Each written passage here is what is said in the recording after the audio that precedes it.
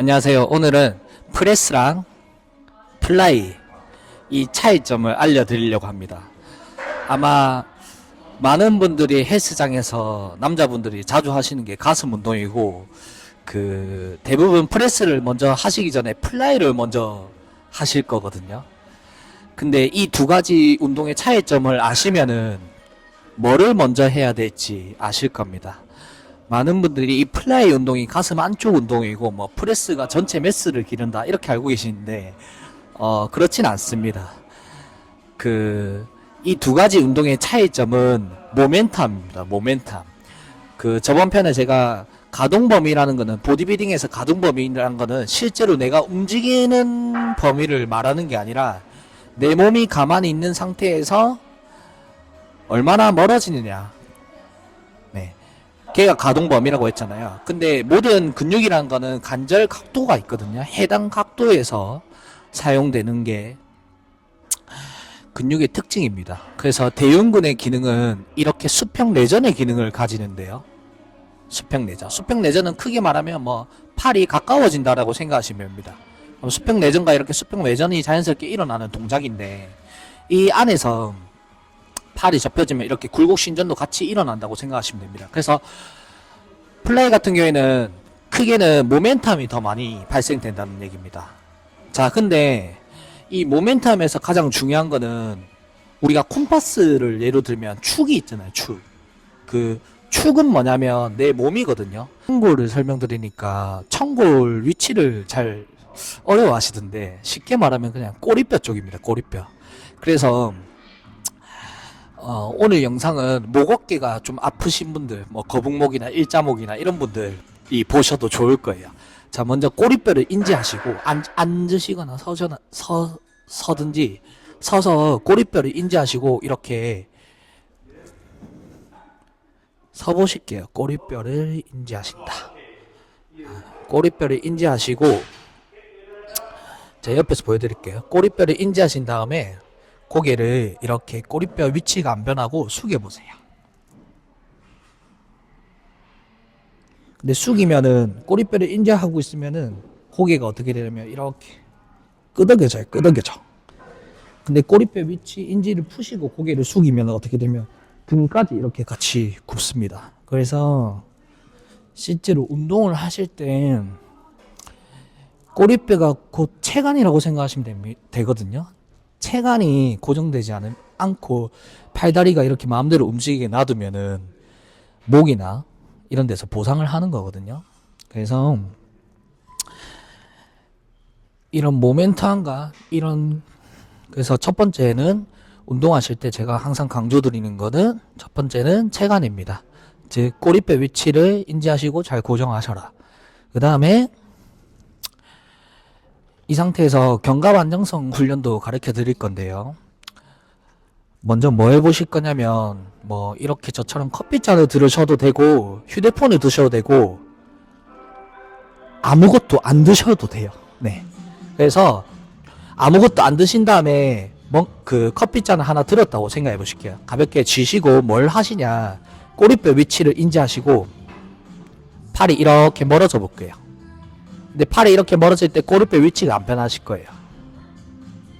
네. 그러면 꼬리뼈 위치가 변하기 직전까지가 내가 갈 수 있는 범위라고 생각하시면 되거든요. 근데 꼬리뼈 위치를 푸시고 팔을 보내면 팔이 이렇게 무조건 빨리 나가요. 저도 천천히 하려고 하는 게 아니거든요. 천천히 되는 겁니다. 그래서 실제로 Y레이즈라든지 뭐 T레이즈라든지 이런 운동은 전부 다 사람들이 얘를 막 많이 움직이려고 하시거든요. 빨리 움직이고 회전근개 움직이고 막 밴드 들고 이렇게 하잖아요. 근데 제가 아까 말했지만 체간이 이렇게 고정돼 있고 꼬리뼈 인지해서 하게 되면 빨리가 안 됩니다. 애초에 빨리 할 수가 없는 운동이에요. 왜냐면 타입 1 이런 안정화 근육들은 최대 근력의 25%. 근데 이거는 상대적이라고 했잖아요. 네. 즉 저랑 지금 보시는 여러분들이랑 기능이 다를 수도 있으니까 몸의 기능 점수가. 그리고 이건 상대적인 거고 두 번째는 뭐냐면 느린 속도입니다. 느린 속도. 근데 이 두 가지 중에서 뭐가 빠졌냐? 느린 속도가 어떻게 하면 되냐?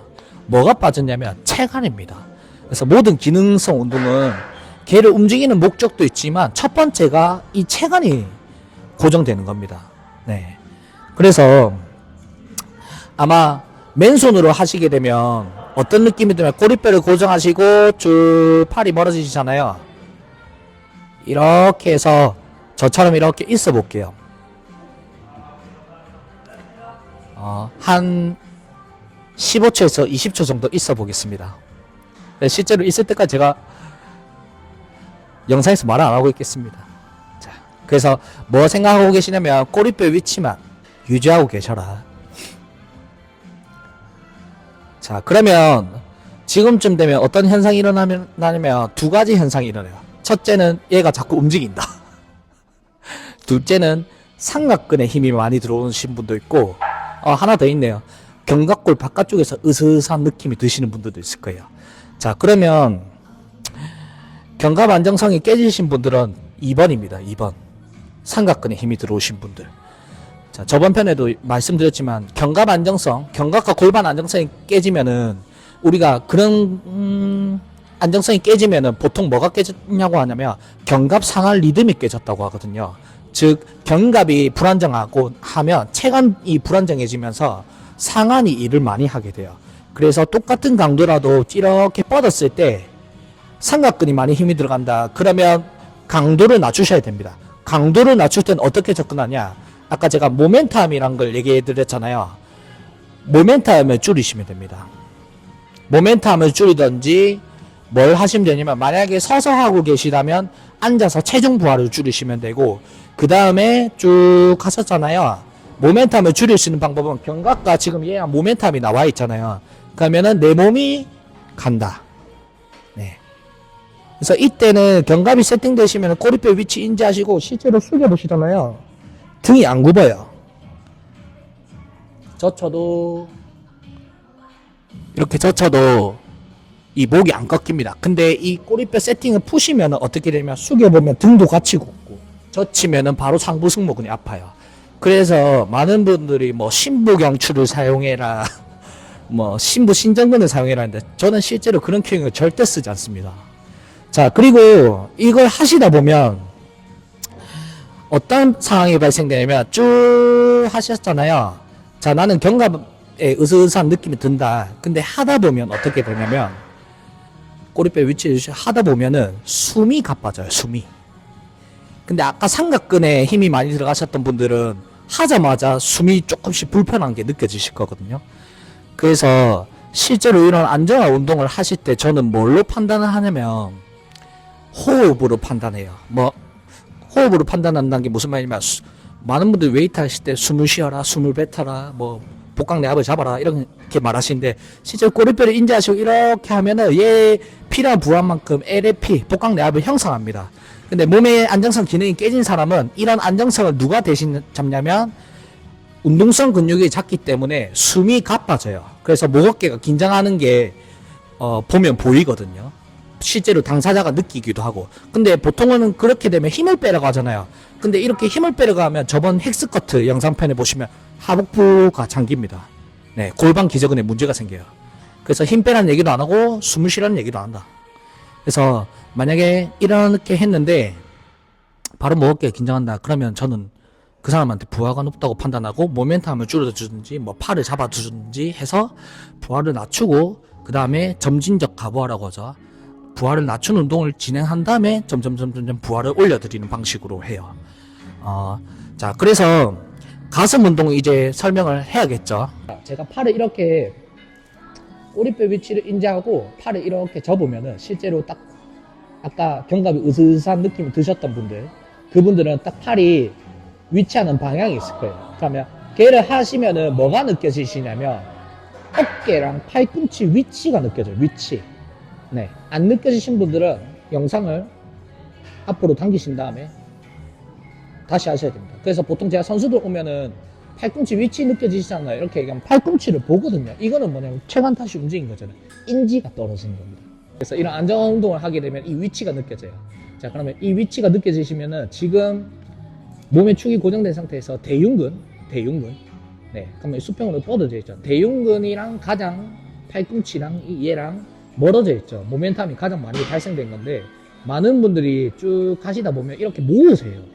이거는 지금 모멘텀이 1도 없는 거거든요. 그래서 어떻게 하시냐면 이렇게 가셨잖아요.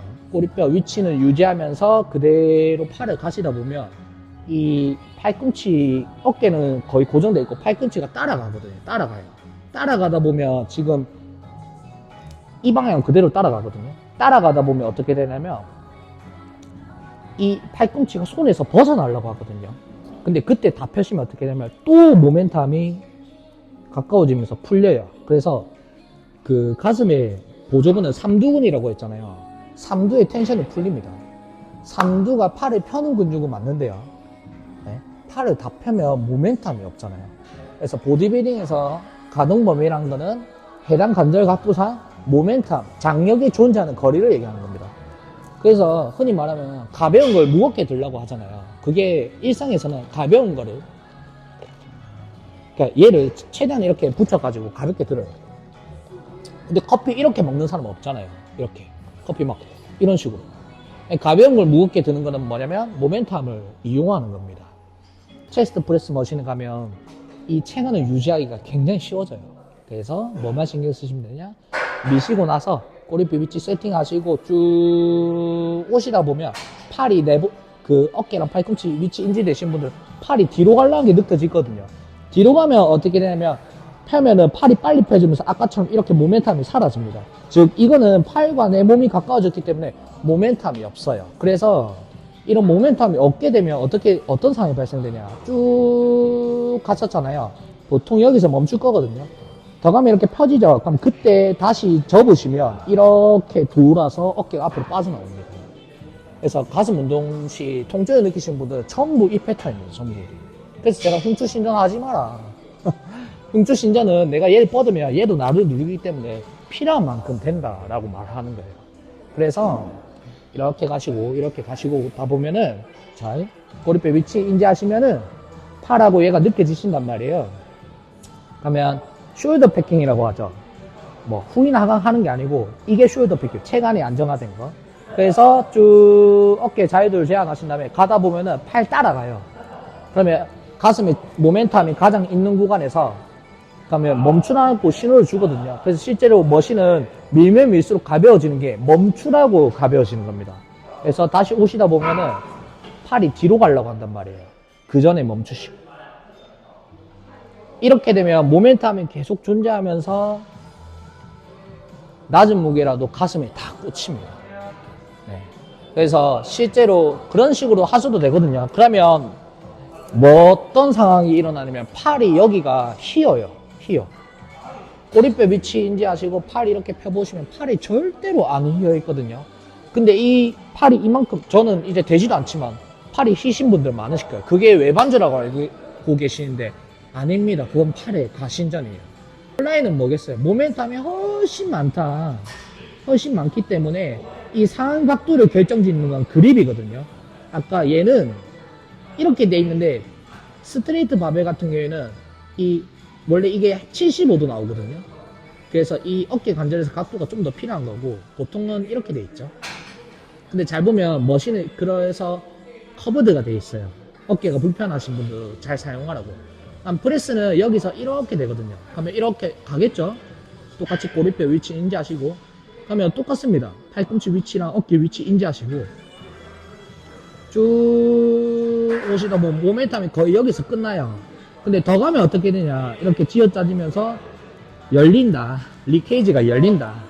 근데 갈비뼈가 왜 들리면 안 되냐, 아까 제가 호흡 패턴을 보고 결정한다고 했잖아요. 실제로 갈비뼈가 들리게 되면 이 안정자를 견갑, 뭐 중간하부 승모근이나 뭐 여러 해전근개로 잡는 게 아니라 뭘로 잡냐면 광배근으로 잡아요. 그래서 갈비뼈가 들리시면 안 된다. 실제로 저희가 베개를 베고 자는 이유기도 합니다. 제가 영상 처음에 올려드렸던 견갑 안정성 훈련을 조금 하시는 분들이라면